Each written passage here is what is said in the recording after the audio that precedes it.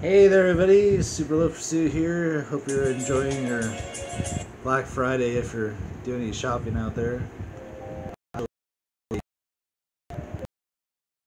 On my wish list this year, and I don't have a lot of money to be spending on things these days, but I found a 2 terabyte USB 3 hard drive for my Xbox One for, I think it was $58 with free shipping.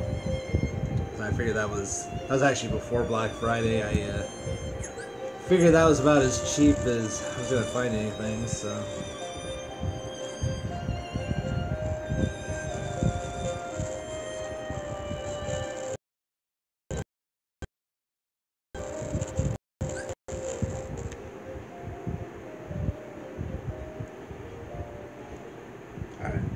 So I'm gonna put gonna be finished. I have enough text to install the and let me do the shop thing really quick before I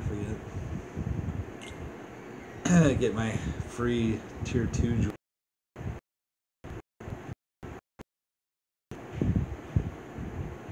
I was hoping they were gonna cut the weekly jewel extravaganza back to,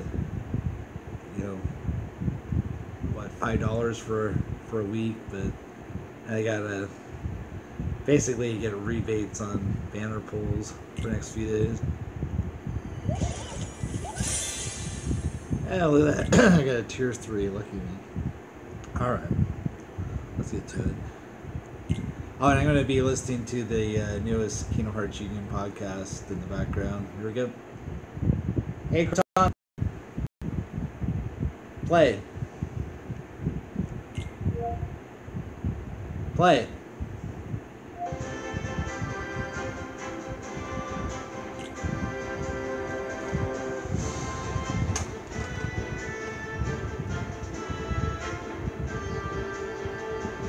Everyone, and welcome to the 159th episode of Kingdom Hearts Union. I'm your host Brandon, and I'm here with Churro. Hi guys. And Sabrina. Hi guys, it's been a while. Yeah, Sorry. It's been a while. Yeah. Guys, I have something very important to tell you. As of the recording of this episode, which, just for reference, I'm doing this based on the fact that it is November 18th here in Japan. As of the recording of this episode, we are now 72 days away from the release of Kingdom Hearts 3. Oh my god. I can't believe it. It's getting too close. It's getting too real. Yeah, it's getting really real about this. Well, how many more episodes of recording do we have before Kingdom Hearts 3 is out? There's quite a few. I think maybe 5, 6, something like that. 5 or 6.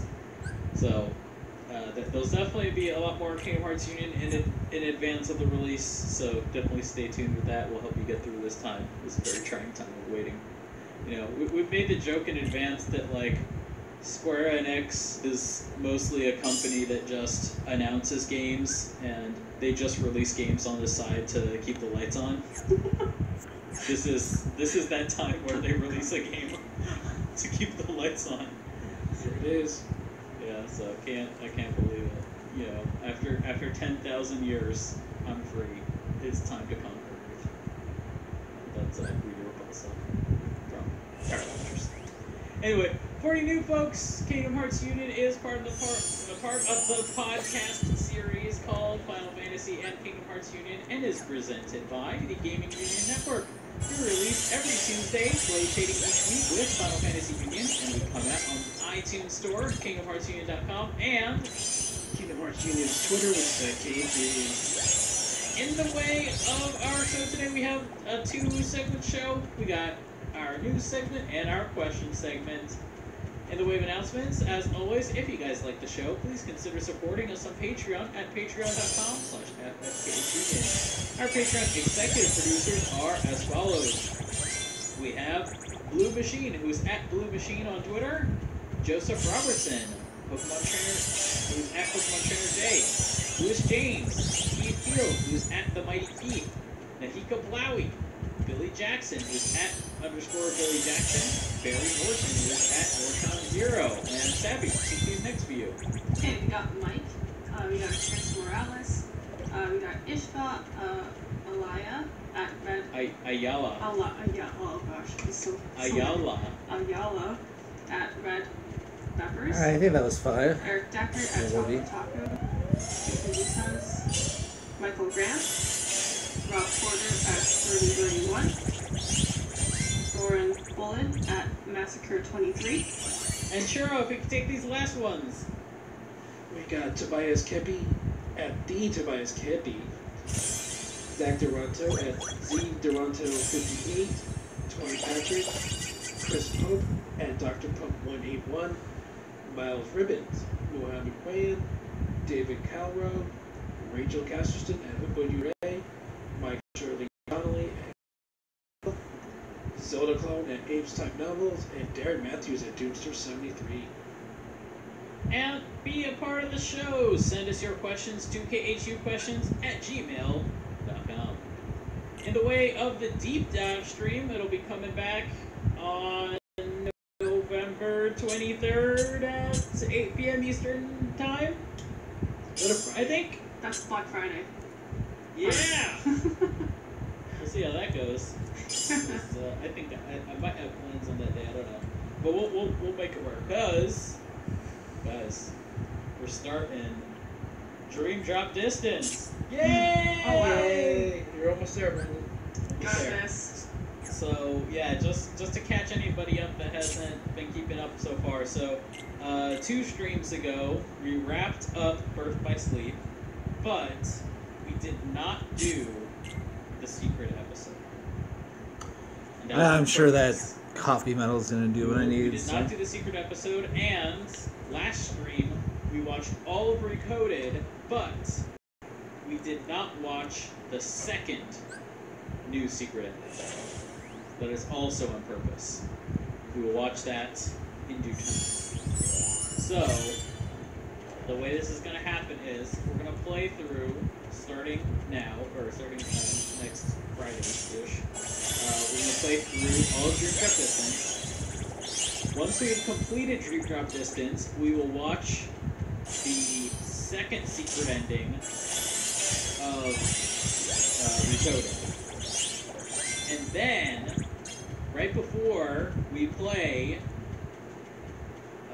0.2, after that, so after we watch the secret ending, then we're going to watch back cover.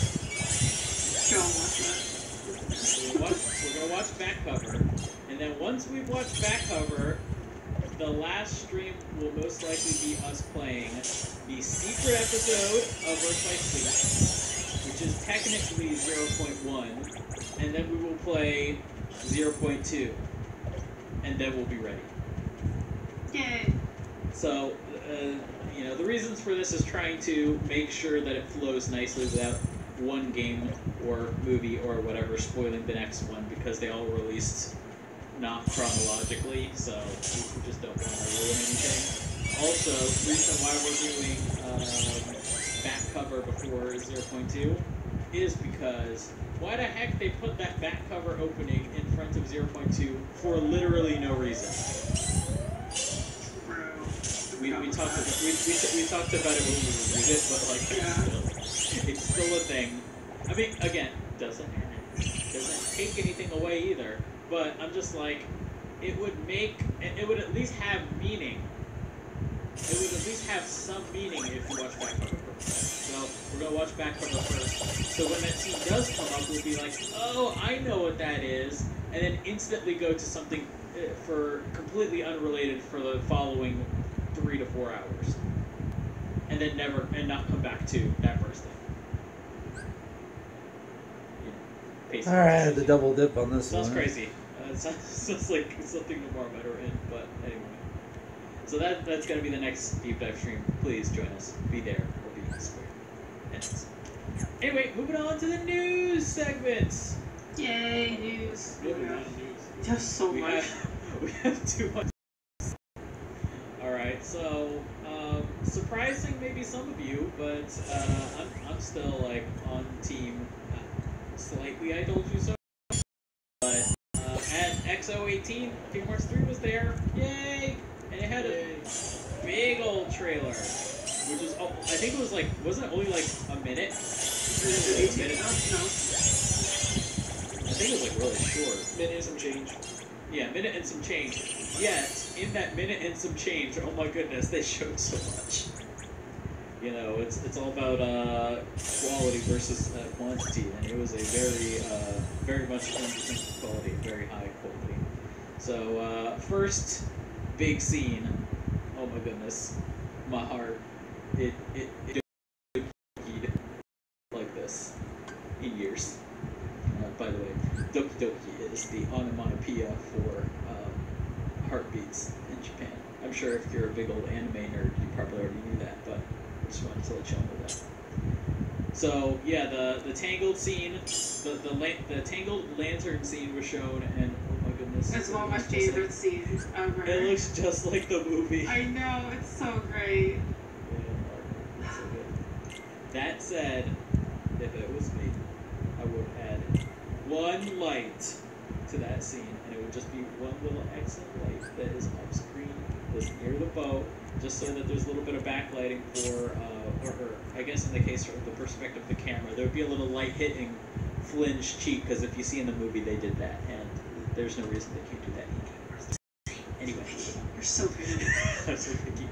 But the other thing that I really liked about that scene is the scene shown instantly after that of Sora, Donald, and Goofy on the shore looking up at all the lanterns and Sora being like, "Whoa!" And I'm just like, "Oh my god, that's so cute." I know. That's one of my favorite. That's one of my favorite shots in the trailer, which we'll get into some of other people's favorite shots very shortly, judging by our opinions. Moving on from there, a lot of stuff for Winnie the Pooh was shown.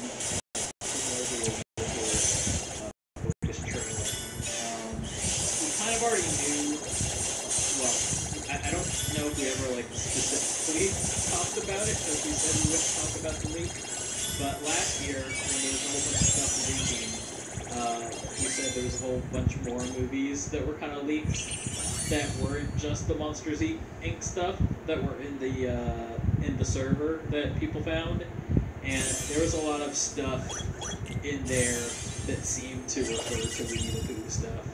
And hey, here it is. Turns out that was real too.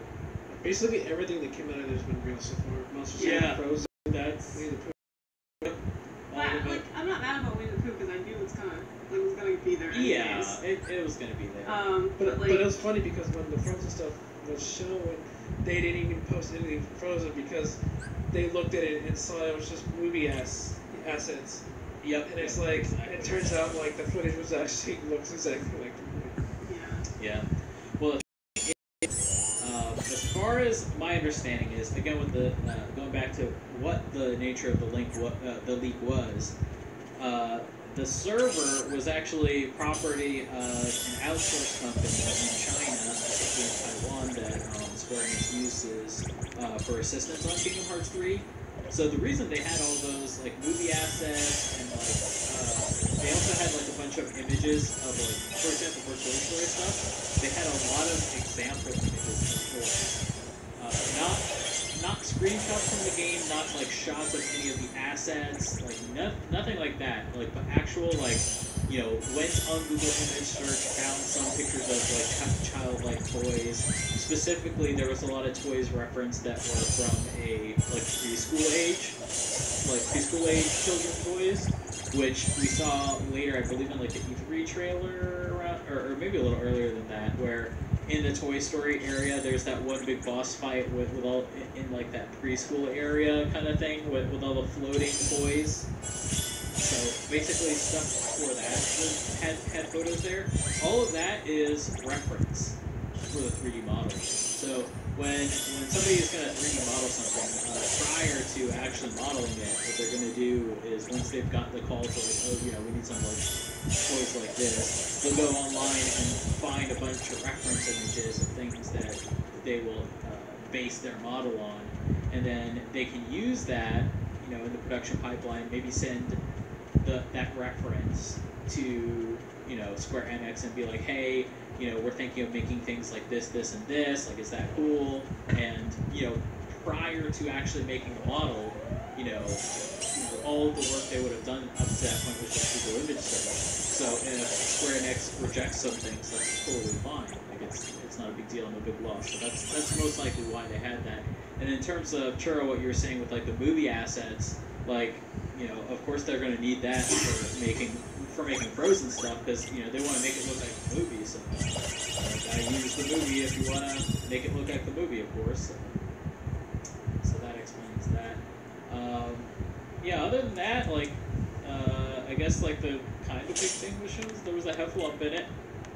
The first hashtag confirmed Heffalump in Kingdom Hearts. I actually want to ask you, Brandon. Yeah. Like, how do you feel about, like, the look of how Winnie the Pooh's world? Okay. So, let's get into that. Yeah, of course. So, I think it looks pretty good. And I think, we'll get to it in a little bit. I think specifically in some of the screenshots, it actually looks a lot better than it did in the trailer. So, we'll see how it goes. I mean, for all we know, those screenshots could be bull shots, but I think they're trying to make it more storybook style. Yeah, that's what I was getting from it too. Yeah, so they're trying to go a little bit more storybook, make it a little bit more pastel-y, which, I get that, that's cool. I think in some of the shots, it looks a little washed out because of that. Like, it's not quite selling the look, and instead of it coming off as like, oh, they're going for the storybook, in the scenes that it feels washed out, it feels like, oh, this is I just want a to see the 3D model boost that's really being quick on washed this. out because they like didn't crank their effect like quite. I don't have those. I do have art. So, But do you think they have to do that because like the art's world is there's so many more elements onto that? You have to differentiate like. I have one of those. So, it all comes back to about Kingdom Shader, which is something he doesn't really like mention anymore because it's not their engine anymore. But that same idea still holds.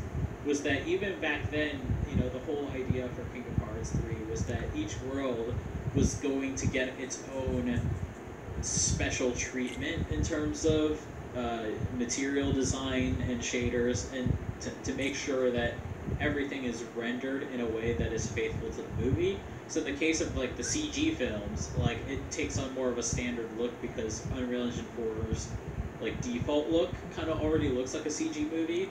And then with like Pirates of the Caribbean, they tended more towards realism, and then in the case of Winnie the Pooh, they try to make it more soft and 2D, and they add an outline to it. I think what's really interesting to me, and Shuro, you might remember this from like a really old Nomura interview, was that back in the day when Nomura was talking about Kingdom Hearts 1, you got to remember that at this time, a lot of stylized games were coming out. On the Dreamcast, you had things like Jet Grind Radio, on Xbox Jet Set Radio Future. A lot of like cell shaded games were coming out at that time. Especially like Wind Waker too, Wind Waker as well. And Nomura like specifically went out of his way to say, we're specifically not doing cell shading. And this isn't cell shading what they're doing now. What they have going on here, like the only thing that kind of feels like cell shading is line, but I just find it interesting that now that we're however many years later, 15 years later, that now it almost feels a little bit like he's kind of going back on that idea and like revisiting that and being like, well, maybe for Winnie the Pooh it makes sense. Ooh, yeah. Which I can get. Because, Winnie the Pooh You're right, is a childlike thing, and it originated as a storybook. So, having that hand-drawn or more hand-drawn feeling kind of adds to it, I think. I think like in the case of like the screenshots, there's one screenshot specifically of Rabbit whispering into Sora's ear. I think that is the Winnie the Pooh world's best look so far, like in terms of like the art style. And I think it's mostly because it's not that washed out. It's actually kind of dark. Like, you can see a lot of definition in, like, Rabbit's fur and, like, a lot of shading under that. And I think if they dialed it in just a little bit to be a little less on the washed out side, it might work nicer. But I think overall it is nice. But, yeah, there's just something about it. It doesn't look right. I'm pretty sure they're gonna adjust it again. Yeah, there's still time. Yeah, there's still time for sure. The one thing I'm really excited for, yeah. though, is like the front of the cover of the book. Oh yeah, I can't wait to see. Love that. Like, it was like the smallest thing that is in the game, but I love always the. I mean, yeah, that's like. I mean, at the end of the day, when it comes to Winnie the Pooh, like you have like Winnie the Pooh stuff. It's it's always optional. Yeah. But if you go through it, if you stick it out through that, you gotta wait for the promise of that cover, because that cover is like the icing on the cake. Exactly. I assume I get more than 5 waves. There's one thing that I am a little bit worried about with Winnie the Pooh, and it's with regards to the story of this Winnie the Pooh world.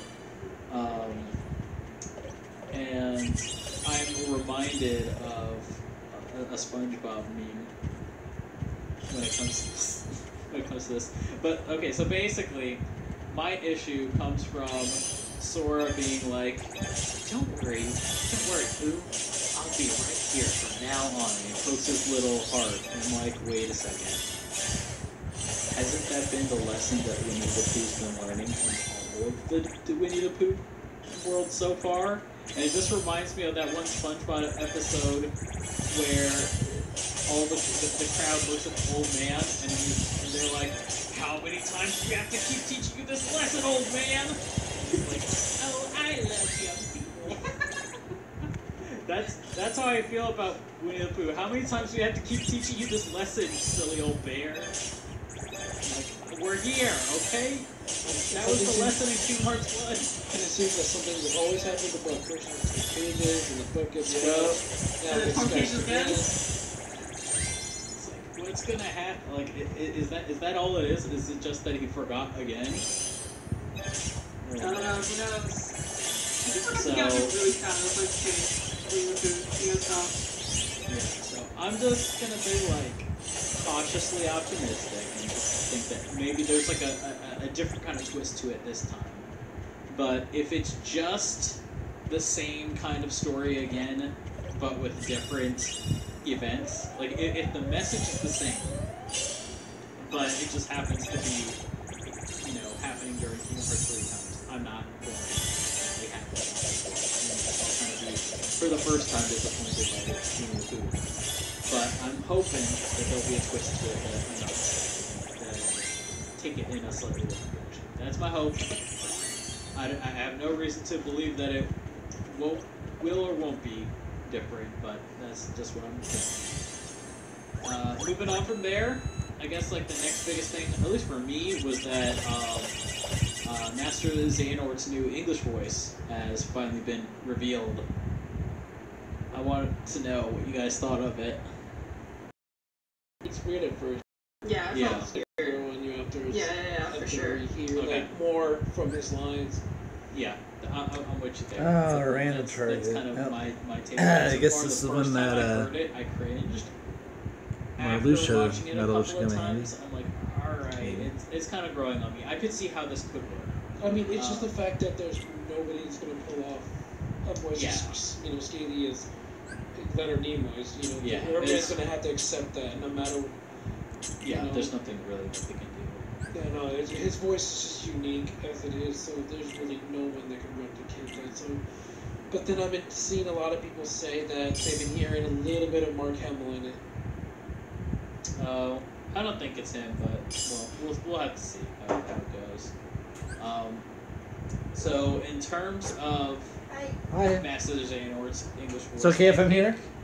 Having listened to it a few times now, I'm less concerned with the casting. I think the casting's good. I think he can do it. It's a little like it feels like Xehanort. It just feels like Xehanort, but not as intense, not as crowded. Yeah, for me, it sounds like a younger. Yeah, exactly. Exactly. He actually sounds younger, which most likely is the case. I seriously doubt they got another like 90-year-old person to do the voice. But yeah, that's one thing. I would say the other thing, and this is more of a concern of the whole trailer. Not really with like on the main character side, but mostly on the villain side. A lot of bad line delivery in this trailer. Specifically, there's Terra Xehanort in his little line. I forget what it was, but he was like yelling at Lingering Will. Yeah, who are you? And it's like that's really a weird way to deliver that line. I also felt Master Xehanort's line at the end also had that problem, and I think that would be my only criticism. That's my only real criticism that I took away of Xehanort's performance was not the casting, it was the performance of the line. Like, the voice is good, he sounds like he is probably, you know, a good actor, and I'm sure he's like probably a prominent voice actor, but I think it's more like the direction has not been the strongest, and that's kind of been an issue with Kingdom Hearts since Kingdom Hearts. So, and then also watching the Japanese version of the trailer where I gotta refresh my bars. It sounds good to me. It's just like, dang, why can't we get like better voice direction in Kingdom Hearts these days? What's the problem? Or I mean, it's not even just Kingdom Hearts. Like the Final Fantasy 15 English version had some spottiness in it. Like there's some definitely high points, a lot of good points. I think my main issue is not generally bad, it's that it's really inconsistent. Like there's some stuff that's good and some stuff that's not so good. Like, is it just not possible to do dubs well? Like, is that, are you always, like, if you do a dub, are there always going to be just parts that are weird and feel unnatural? Is it just impossible to avoid? If so, why was it that Kingdom Hearts 1, why was that game's voice direction so on point? Why was the translation of that so good? Why isn't it like that anymore? Like, I get, like, there's only so much you can do with the writing of this game, and, like, it's gotten a lot more complicated, and I'm sure a lot of the actors don't really know about the Kingdom Hearts story, so maybe when it comes out of their mouth, when they say these things, they don't really believe it, or they don't really get it, so they're just, like, reading the lines. I don't know where it's coming from. I'm just saying a lot of the deliveries in this thing come off really unnatural. That's just my overall criticism of the English, not voice acting. So, and it could be an acting thing, it could be a direction thing, it could be, hey, this is dubs. Dubs are weird, and it could be a writing thing. Like, a lot of things that is giving me this awkward feeling, but I don't know, that's just my concern. How do you guys feel about just the English voice acting of this game in general so far? You know, does it come off as awkward to you? Do you think it's fine? Do you see nothing wrong with it? I mean, I think it's like, I think the part of the trailer on certain lines. That's another big part is the audio editing of these trailers is abysmal. It is terrible. And I think it's because of probably some contract they have with Utada, is anytime they play her music in a trailer, they cannot have sound effects as well. They can only put voice acting over it, and it sounds god-awful. Especially a scene, we'll talk about it later, but a scene with, from Pirates of the Caribbean of Jack and Davy Jones fighting, that line sounds horrible in this trailer. It would have sat, but with proper sound effects and, like, you know, the sound of the wind and sound of the waves and proper echo and, like, proper noise balance and sound design, with all of that, it would have sounded perfect. Like, the actual lines were fine. It was how this trailer was edited, and I think it's edited this way out of necessity because in their, you know, most likely in their contract with Utada, they're probably, you know, forced to not include that much sound in it, right? Yeah, like so, you know, they can only do voices over it, not sound. And it sounds awful. And I don't some people are acting like this is the first time that they've done this. No, they've been doing this at least since Kingdom Hearts Dream Drop Distance. At least since then. It might have been earlier. I'd have to go back and actually look, but like, there's just something about the way these lines sound that they just do not work over this music, and they need rescuing with sound effects. It's only going to get worse as it goes on, especially if they keep putting in, don't twice. Oh yeah, and then like Face My Fears. Yeah, pretty much. So I mean, the voice acting for the most part, it's fine, but without the proper sound effects and everything, and it only makes it sound bad. It's hard to judge. It's really hard to. I mean, some lines come out as really awkwardy and dorky, but like majority of the time, they're to me.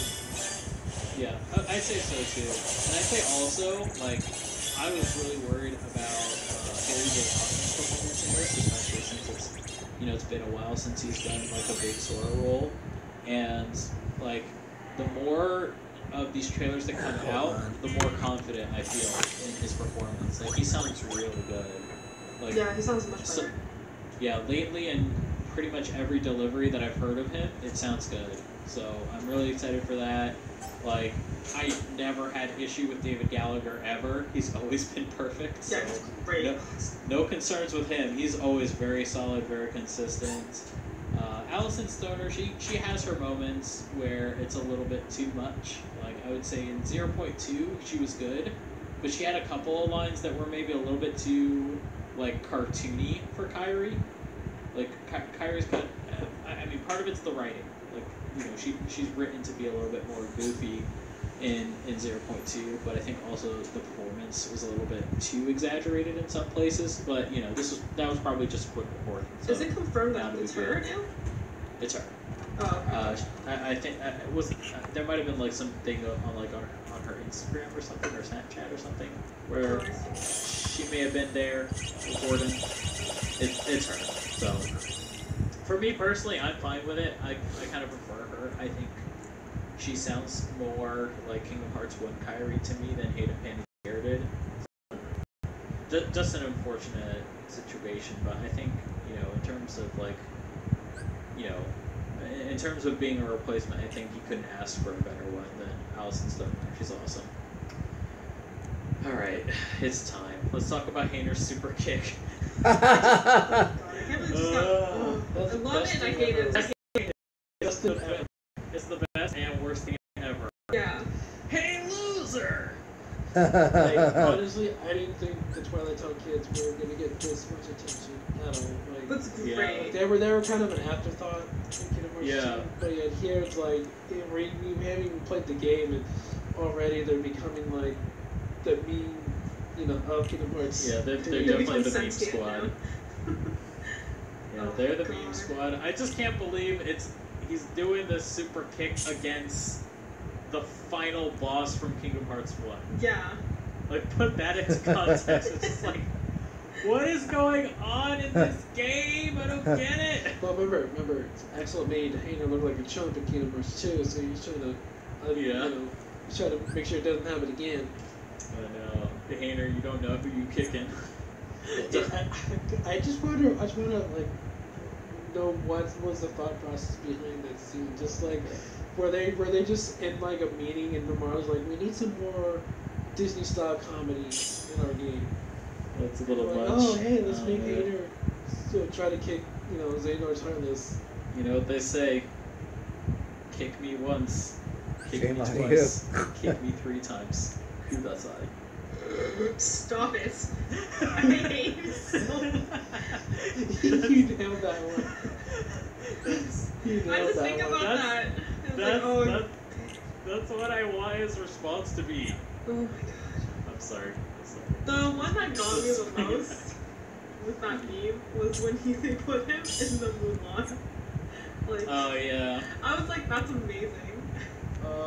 My favorite was the selfie one where Sora's doing the selfie thing and also sees Hayner coming right behind her. The one I just sent you guys earlier before the show, that was fun. I love that one. Okay. Alright, I'm just saying, like, they have to make a Hayner super kick medal in Running Cross. And it's like the most powerful Pokemon medal ever. I need a Hazer Super Kick Medal in the new So, moving on from there, let's get into stuff I would consider quite spoilery, but anyway, they showed this crazy reflective cloud land featuring Chiripi and Sora and Sora clones, and Sora's like talking to Chiripi and being like, "Don't worry, I'll be your friend," and then Chiripi's like, "What?" Chiripi. Yeah, it's just weird. Also, they're saying that he'll come visit Chiripi because they're friends now. There you go. It just so funny because you know how Sora Sky is. Yep. He's in the Skyland. Maybe this is within himself. Could be, yeah. It could be within himself. And then, yeah, so there's like really interesting, like weird, trippy gameplay that they're showing there. Moving on further to more spoilery stuff. A big spoilery scene featuring many Heartless, Nobody, and Unversed in a massive battle featuring Sora, Donald, Goofy, Riku, Mickey, and Kairi. Oh, and Axel.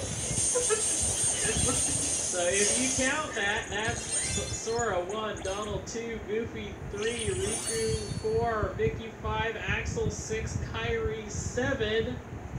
Hey, that's 7 characters that are on the light side. Oh, remember the whole 7 lights thing? Oh, remember the fact that they didn't say they all had to be Keyblade wielders? Oh yeah. Maybe those are the 7 lights, I don't know.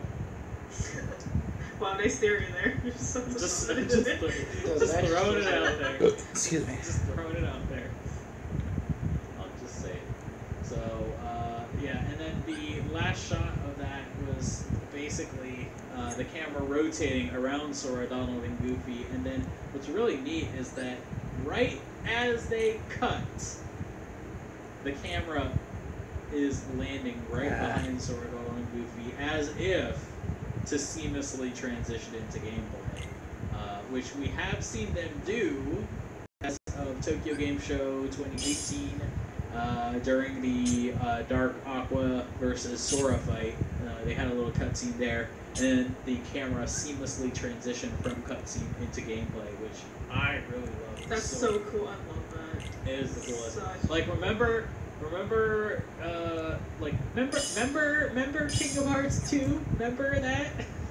Yeah, and when you get to the point, I will try to remember what you're trying to say to me. Oh yeah. So remember Kingdom Hearts 2, and they would always like, all right, cut right, and then fade to black right, and then it's like they would always do this weird like thing panning where it was motion. like panning motion around Sora, Donald, and Goofy, and then they would have the info in the top corner. Like what to do, yeah.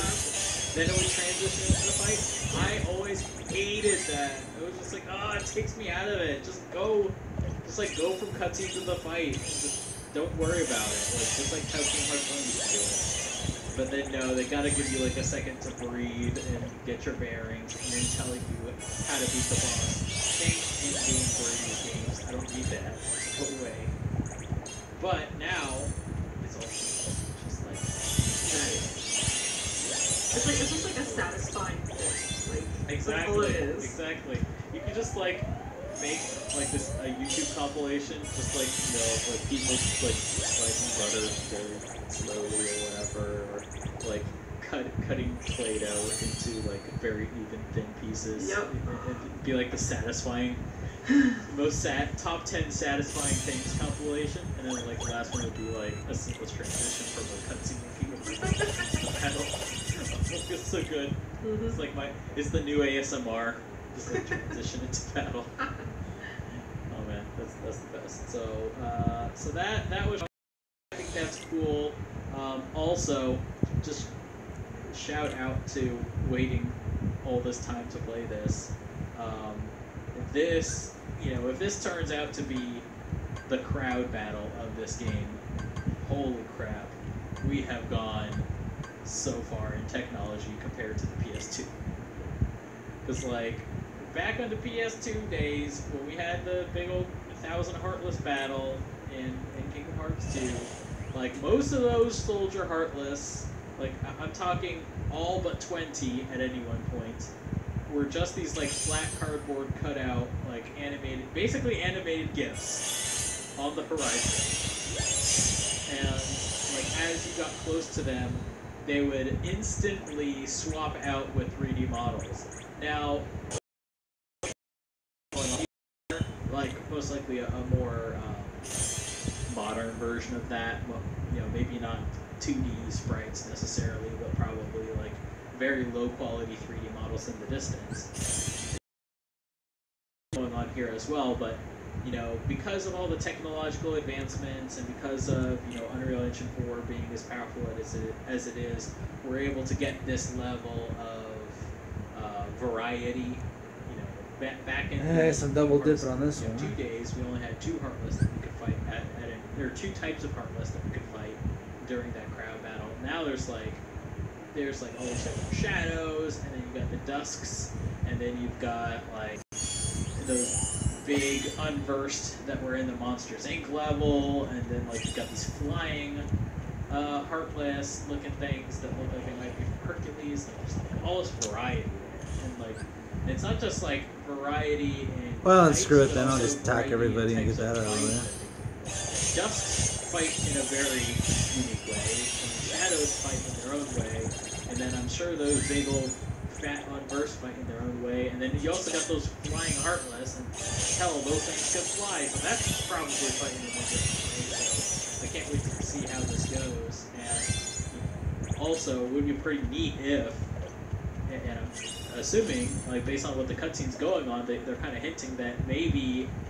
Sora, Donald, Goofy, Riku, Mickey, Axel, and Kyrie will potentially all be on screen at the same time fighting with you, and that's just like, that'd be so cool. Which, like, they're kind of, like, I don't know, like, we can't say for sure yet, but, like, if you think about, like, the stuff that they've been showing off for Kingdom Hearts 3, and, like, some of the tech they've been pioneering for Kingdom Hearts 3, one of the big additions, especially for Disney Worlds, is having parties that are a little bit larger. So, like, in Toy Story, for example, you can have, a party of 5 in there, with Buzz and Woody in your party as well. So, obviously to pump that up to, a full 7, that's more than 5. We haven't seen any gameplay featuring 7, but there's that, and like, I can't wait. What I want to see though is how Big Hero 6 World handles it. Like, how do they handle the actual team of Big Hero 6? I That think seems it's like that. be like. It seems so far we're just fighting with Baymax. Baymax and Hero, and then I think the other. Yeah. I think the party members will probably be like Go-Go and probably Baymax himself.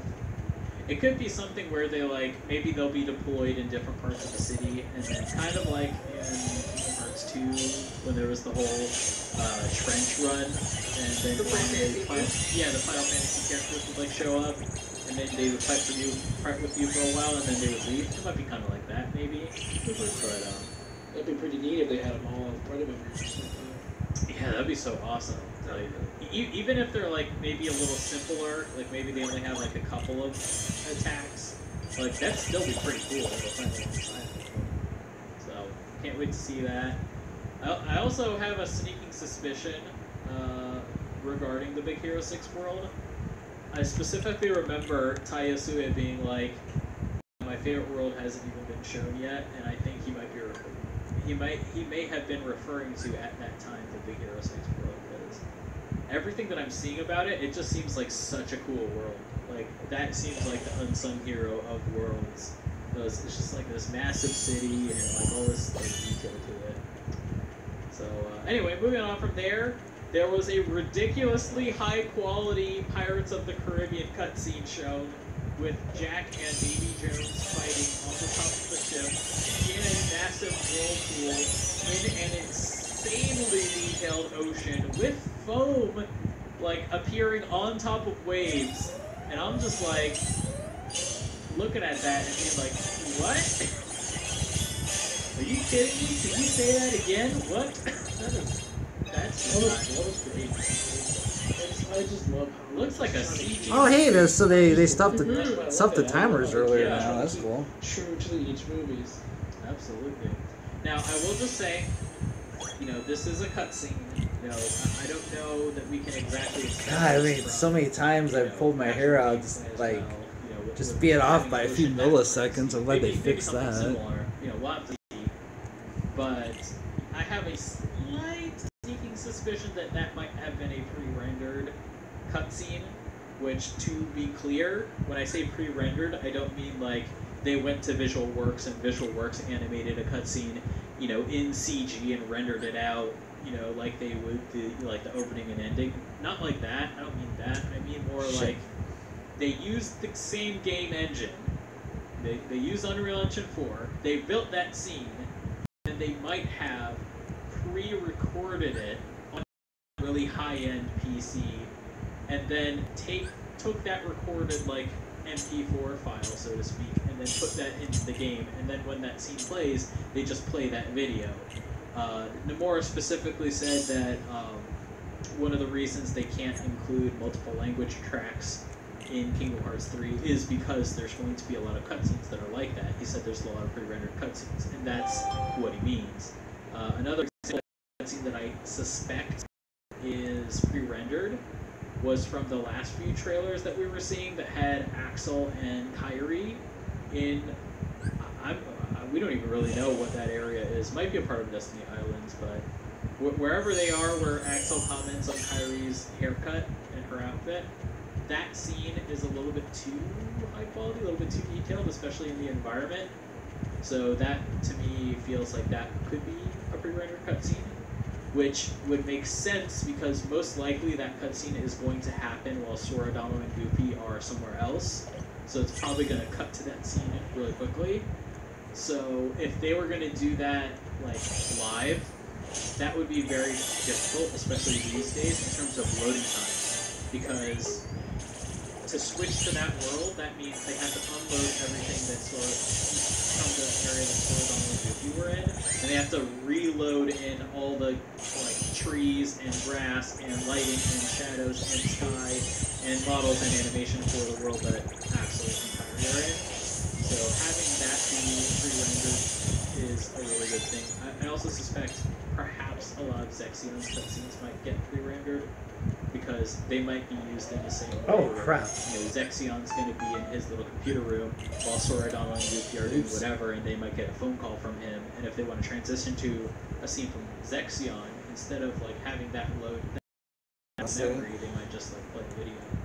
So, just behind the scenes sort of stuff, not too important for your average player, but if you ever see a random cutscene in Kingdom Hearts 3 that looks a little bit nicer than your typical Garden Variety Kingdom Hearts cutscene, that might be why. So anyway, moving on from there, we got to finally see Evil Baymax in motion. Wow! Yes. Yay! Yeah, we first saw him 2015, and then finally seeing him again. Big Hero 6. The Big Hero 6 world is the unsung hero of this game because they waited so long to show that world, and it shows why. Yeah. For good reason. Yeah, it seems like it's definitely been worth it. I can't wait to play that world. That to me, it kind of makes me think what if Big Hero 6 is the Peter Pan of this world, of this game. When I say if I say Peter Pan, I say Peter Pan as in it's got flying, but also it could be kind of an important world. There might be actual story substance to it. They kind of hinted at it with that whole Roxas situation that we saw in the Tokyo Game Show and stuff. So that's just my sneaking suspicion. So if Big Hero 6 ends up being the final Disney World, don't be surprised. So yeah, going back to Evil Baymax, the Evil Baymax fight is an aerial battle that takes place as Sora flies on the back of regular Baymax. It seems like the Evil Baymax is infected by bug bots from Recoded, which would make sense because it seems like Data Riku is the organization member for the world. So that makes sense. Moving on from there, specifically going back to the Winnie the Pooh world that has the little matching game. So it seems like you're matching things like fruits or flowers and just various farming-related things. And then I guess the last thing that I have here as a note for the trailer is that we got a full shot of the full Organization 13. Yeah, let's have the double dip on this one. They're in hoods, but we got to see the full Organization 13. It's very interesting, though. Without saying anything, it's very interesting. Oh, yeah. Yeah. People theorize on a couple of people body types and poses and stances and yeah. It's going to make a great reveal once we get there. Yeah. I'm just gonna say it. They're all Stop. Good for you, Brandon. Good for you, Brandon. Do you think they'll do a reveal before the game comes out? Well, obviously, Like before the game comes out, no. They might reveal someone, but I don't think they need to, because, like, honestly, we've seen a lot of, we've honestly seen a lot of them already. Like, Yeah. we've seen, like, all the, like, prior organization members that, like, you know, Larxene and Vexen and Demix and Syx, and we already know about, like, young Master Xehanort and, you know, Ansem from the first game and Xemnas. Like, that's a lot of people already. And then, like, maybe Aqua? Maybe? And then Vanitas also? And, like how many are even, like, left that we don't already know? And they got Terranort. Like, that's probably a different guy, maybe. I don't know.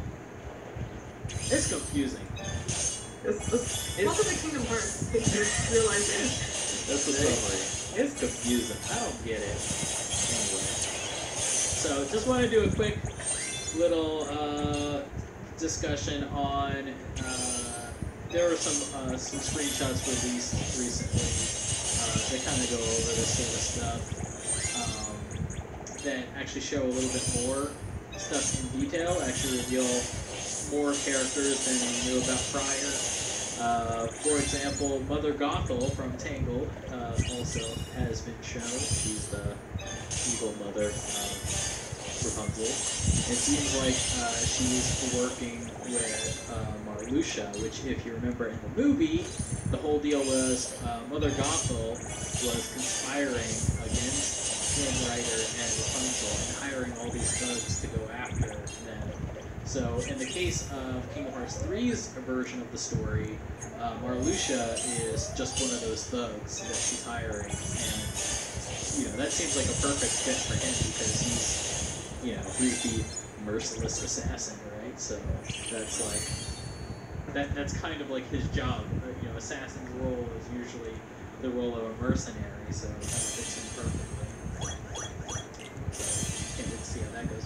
I also want to comment on the fact that, so we've talked about it before, and, you know, Nomura said it in the past, that, like, you know, there's not going to be as many Disney worlds in this game, but Alright, two more. the Disney worlds that are in this game are going to be way more detailed and way more involved than any other Disney worlds that you have ever experienced in a prior Kingdom Hearts game. And I think what we've seen of Tangled shows this probably the most, because it seems to me like Tangled straight up looks like it is a full retelling of the movie in its entirety, which usually when it comes to a Kingdom Hearts world, we're coming in like maybe a third of the way in, and then we might cover like the last 2/3 of the movie, or we might come in even like halfway through the movie and then only cover the last part. Like, for example, Lion King. Like, we come in right at the end of Lion King, pretty much. Like, Simba's already is in his adult form, and the only thing he's got to do is get confident and go fight Scar. That's pretty much all that was. And, like, Cinderella, like, they kind of cover different bits and bobs from the movie by way of having Ventus, Aqua, and Hera in it, but they end up covering not that much from the movie anyway, so, like, this seems like it's one of the first times that in one Kingdom Hearts world, we're going from the very beginning. You know, we saw it in the Tangled trailer, we talked about it last So, from the very beginning of Rapunzel getting out of her tower, all the way up to, the lantern scene. Like, that's not where it ends. I'll let you know that. That's not how the movie ends. So, assuming they go further, it seems like this is going to be the one where they're going to, cover it all. Moving on from there, there's also a shot of Maleficent and Pete in Twilight Town, and Pete says something along the lines of, "Oh, there's a lot of black boxes, and all of them end up being the wrong one." So pretty good, I won't lie. That was really good. Oh, I didn't expect that out of you. Pete! It's been a while. And unfortunately, I don't think I got to voice Pete at all in the Kingdom Hearts 2 playthrough, because I don't think he had any text box dialogue. It was so annoying. I was thinking that one. Oh, let's see. Oh, seems like he's got a one. Alright, so this one's from the Kingdom of Corona. Let's see if I can do this one. Whoa, but where? We have no other choice than to follow him. I was like, pretty much spot on. I'm so There you go. impressed with you right now. So whenever they need a new Pete, It's you. I'll be the new Pete, no problem. So,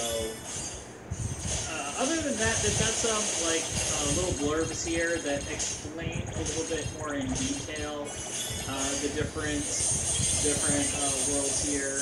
Oh, by the way, Pascal and Maximus, the little chameleon and the horse from Tangled, they're in. I mean, if you're going to cover the whole movie, you got to have them. So. Yeah, for sure. Duh. Yeah, and Pascal looks amazing. You just got to look in the screenshots.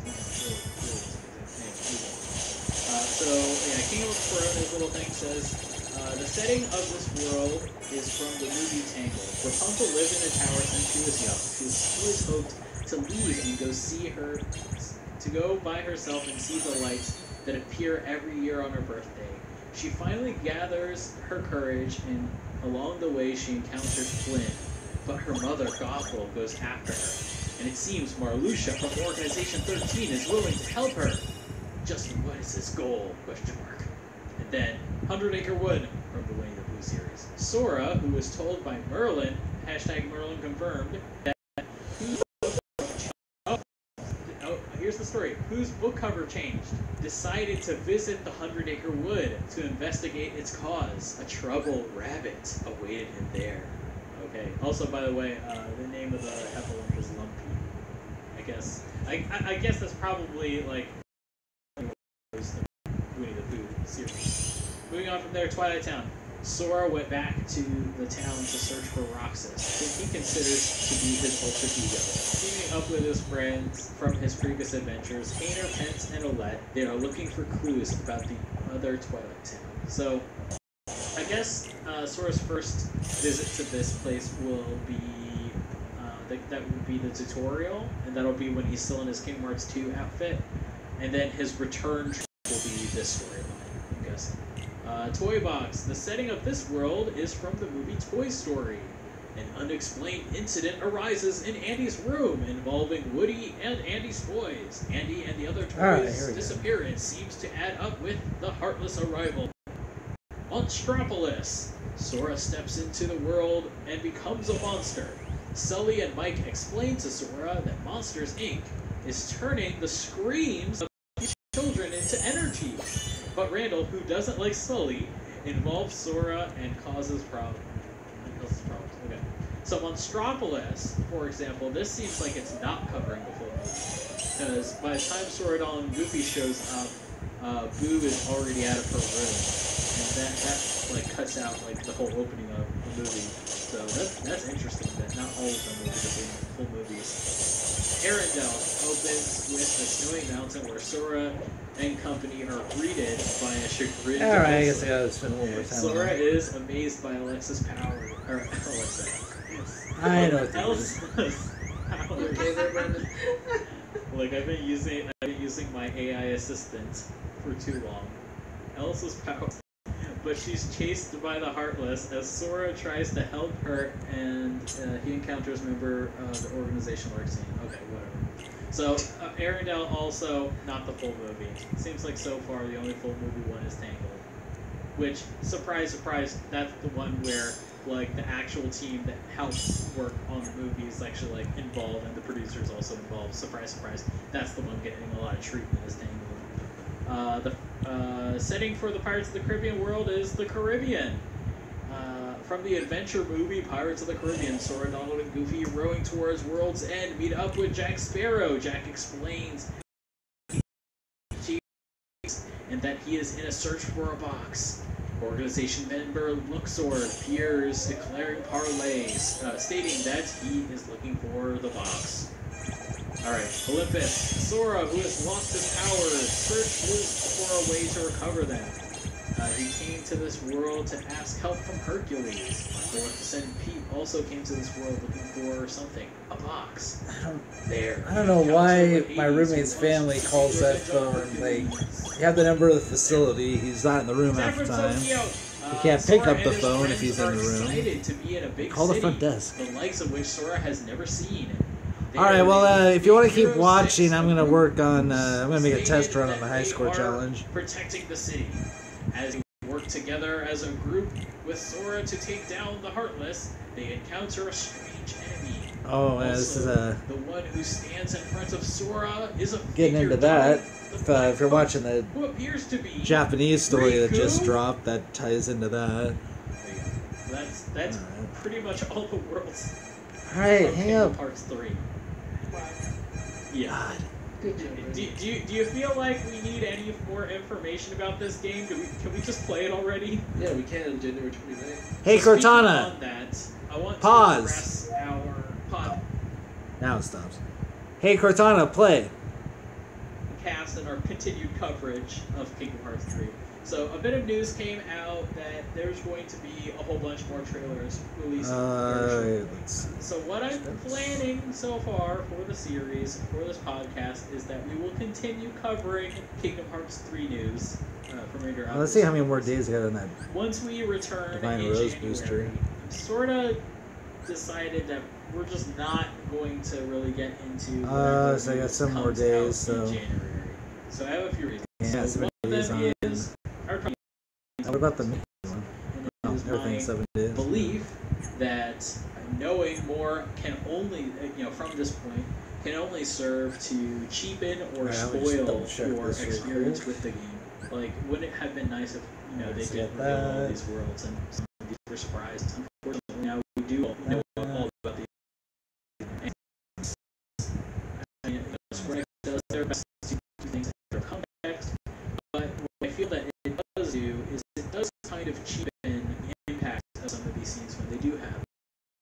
For example, in this trailer, one of the big scenes, and I kind of indicated it by prefixing these with the term spoilery. Our first one that I said that for was there's this spoilery scene of Sora and Chirithy in this like sky-based cloud heaven-looking area. Like, that seems like that is most likely going to be fairly late into the game. Like, that is most likely not within the first half of the game.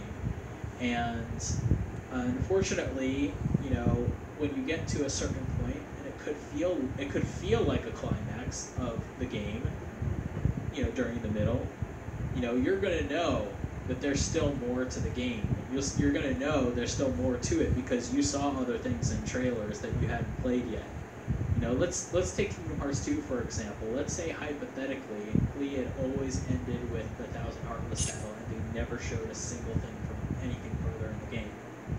What that would have meant is that all of the world that never was would have been a huge surprise for everybody. Everybody would have been, surprised, like, oh, whoa, there's like a whole other half of the game left. There's all these other areas that we've never seen before, and that would have been a huge surprise.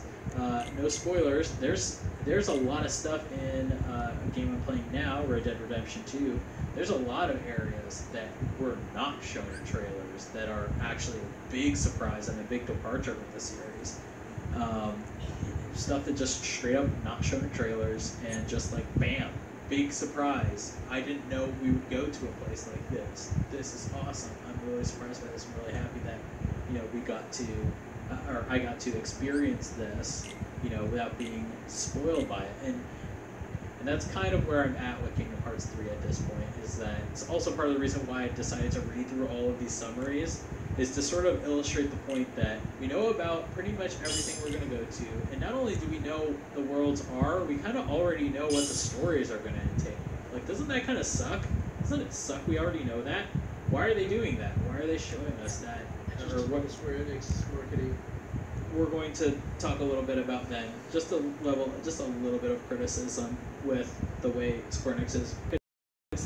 Also trying to analyze it to understand it a little bit better and why they're doing it this way. So you make a game like Kingdom Hearts that takes all these many years to make. You know, it takes a lot of effort, not just on the production side, but also on the legal side, like legally getting the right to use this.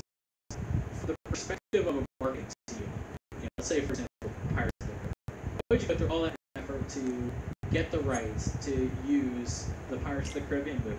Get the rights to use John. Oh shit! I'm using the wrong Get the keyblade rights to thing. use Orlando Bloom's likeness, Keira Knightley's likeness, and all of these scenes. Make all this beautiful animation. Make that beautiful wave simulation. Why would you go through all that effort and not use that content to sell the game? Why would you do that? Now, that's the perspective of someone making the game and trying to sell the game. Or specifically, someone trying to sell the game. I have a feeling that maybe people making the game, they're more interested in you playing and experiencing that naturally. But in terms of a person that's job is to sell the game, and you see that there's all these really cool things in the game, why wouldn't you use every single bit of it that you could to try to sell more copies? So, that's sort of that side of the equation. Unfortunately, this comes at the disservice of people that actually keep up with that marketing. They're doing their best to not spoil too many specific things about the plot. You ready? You know, I apologize Yeah, for how that. you doing? I'm doing alright. more like it spoils structure Kingdom of Hearts. these Disney worlds, and What it is it? spoils Kingdom Hearts. what kinds of things you Oh, can expect. nice. I'm not saying what you can expect, but what kinds So of you want me to things meet you in the therapy room? They straight up showed I'll walk down a with you. shot of Sora What's that? and I Kyrie said I'll walk sitting down on with you. the Oh, palm tree in Dusty Islands watching the sunset. I was thinking today That we could says do a a little bit lot. of a cooking And type task. even if you get no alright. specific story content We could out do of like it, one or two things. you We could know like make a hot from drink, the second you start a new game, or you know we that season's could. gonna come. I could see if I can Even get like if some you try to toast, forget, even if you or try to like vary it, even something if, to make like a no matter sandwich what you type do thing with. throughout the entire game, what do you want to as try? horrible, as dire I see as that the you have your own situation hot may chocolate get, and tea. as Do you want to make some of that? heart-wrenching as any Sure. scene may be, Okay. until you've seen that scene, you know there's still happy times